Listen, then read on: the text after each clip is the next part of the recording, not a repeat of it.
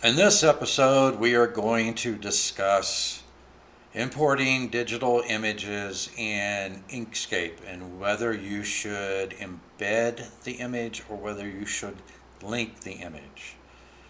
Should you embed or should you link? That's the question, right?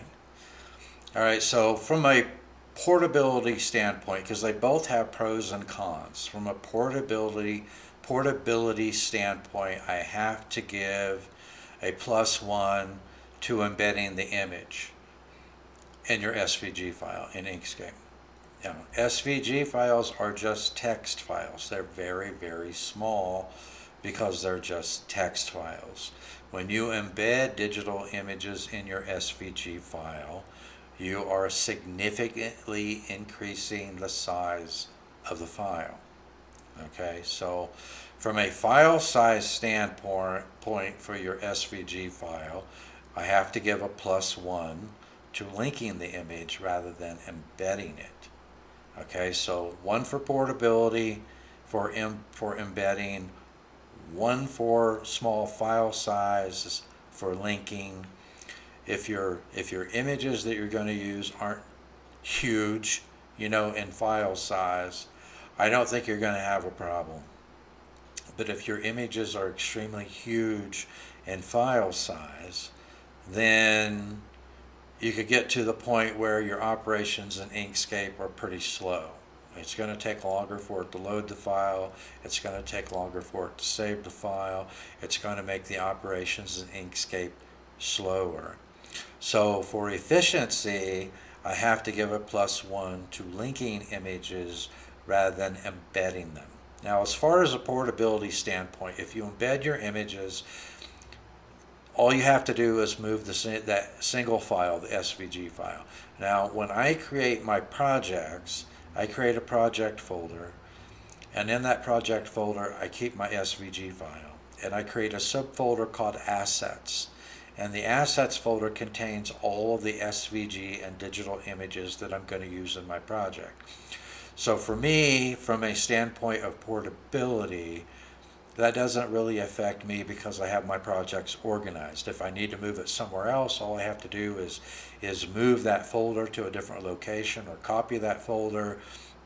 Or if I want to send the entire project to somebody, all I have to do is compress that folder as a zip file and send it to them. Or if I'm just wanting them to see the project, I can just export my composition as a digital image and just send them the single digital image. But it is easier to just, move that single SVG file. So right now we've got a +1 for embedding. We've got +2, +1 for linking for small file size, and +1 for efficiency, because it doesn't use a lot of resources in Inkscape when you are linking your images rather than embedding them. So I've created 2 different images here, 2 different frameworks. They're exactly the same. They have the same logo. They have the same shadow box. They have the same background. The only difference between these 2 frameworks, one is called Embed, one is called Link. And the only difference is the text over here, where one says embed and the other one says link. So if we go and we look at the file sizes here, my link SVG file is 15.3 kilobytes in size. My embed SVG file is 15.3 kilobytes in size. So right now they're exactly the same size, very, very, very small. Okay, so let's bring up our embed file, and it's called Bad Robot. So what we're going to do is we're going to embed some digital images, and these images aren't very large. They're just kind of like artwork images, like line art images. So they're not extremely large, but I want to show you the difference in size of these SVG files, comparing the 2 for embedding the images and linking the images. Okay, so let's import some images here. We're going to give Evil Robot number 8. We're going to embed it, and we're going to resize this. We go to pixels here. We're going to resize it to 800 pixels wide, and we're just going to position this over here, and then we're going to embed our next file. I'm going to embed 4 files. We're going to grab number 9, we're going to embed that one.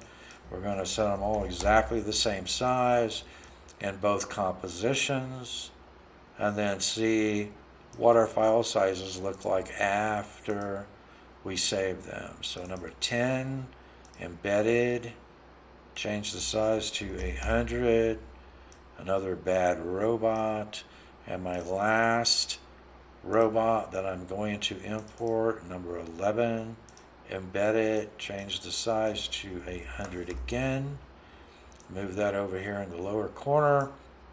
Okay, so we've got our bad robot composition. All the images are embedded.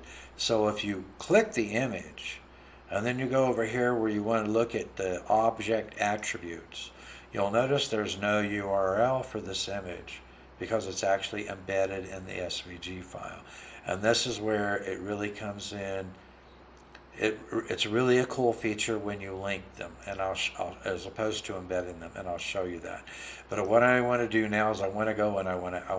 I want to save this, my embedded file. Okay, so now let's go back to the file and look at the embedded. Now it's 26.2 megabytes, significantly larger than the 15.3 kilobyte of the original file. Now, if those were full-size, 1080p, uncompressed, digital photographs, you could be looking at something around 100 megabytes in size, depending on how much detail was in each image. So it could be almost 4 times the size that we're looking at right now. That's significant. Okay, so now let's go to our link, and we're going to import the exact same images, number 9, and we're going to link it instead of embedding it. We're going to set it for pixels. Again, we're going to set it for 800. Okay, move that over here, and we're going to import the exact same images that we did before. Number 9 linked, 800 in size. We'll move that over here to the side and import number 10. Yeah, 10, linked it. Change the size, 800, move that down here, and our last one is going to be, 11? Yeah, 11. And we're going to link that one. We're going to change the size to 800. All right, and so we got all 4 of the exact same images linked here, as you know, importing them as linked images rather than embedding images. So I'm going to save this file, and then I want to go back to the file manager, and I will look at our link SVG. 16.2 kilobyte. What was it before? 15.3, so it's only 0.9 kilobytes larger now than it was before I imported those images and linked them in. So, and that's only because it kept the pointers to the file. Now I want to show you something here, because one of the things I think is really cool about linking your images rather than embedding your images. Okay, so now if I go over here and I look at properties, let's grab this one, number 11. And I decide, you know what, I wanted to use number 12 instead of number 11. Okay, look at that. I've got a pointer to the file that it's actually using, and if I go over here to change the image, watch what happens. So I'm going to go on, I'm going to replace number 11 with number 12, and look what happened.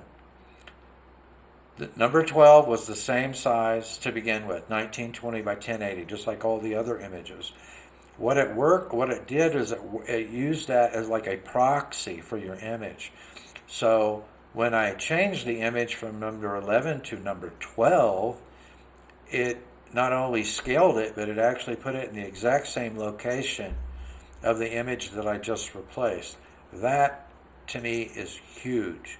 And I've had to do that quite a few times, where I've created a composition, I decide, you know what, I don't like that image as well as I like this other image over here. All right, and so all I had to do was highlight the image, and let's change this one too. Highlight the image, and we'll replace number 9 with number 11, the one we had previously. Boom, there it is. So it makes it so easy to be able to change things within your composition, and I didn't have to do anything else other than point it to the new image file, right? I think that is huge. Okay, so I'm going to save it again. Let's go back and look at our file size again. 16.2 still. So, it didn't even increase the size of the SVG file because it's just a file pointer. Even if the image was a lot larger in size on disk than the image that I replaced it with, it's not going to increase the size of my SVG file because it's just a pointer to the image. I think that is absolutely huge, guys. So anyway, for me, the advantages go to linking the image in your composition rather than embedding the image in your composition.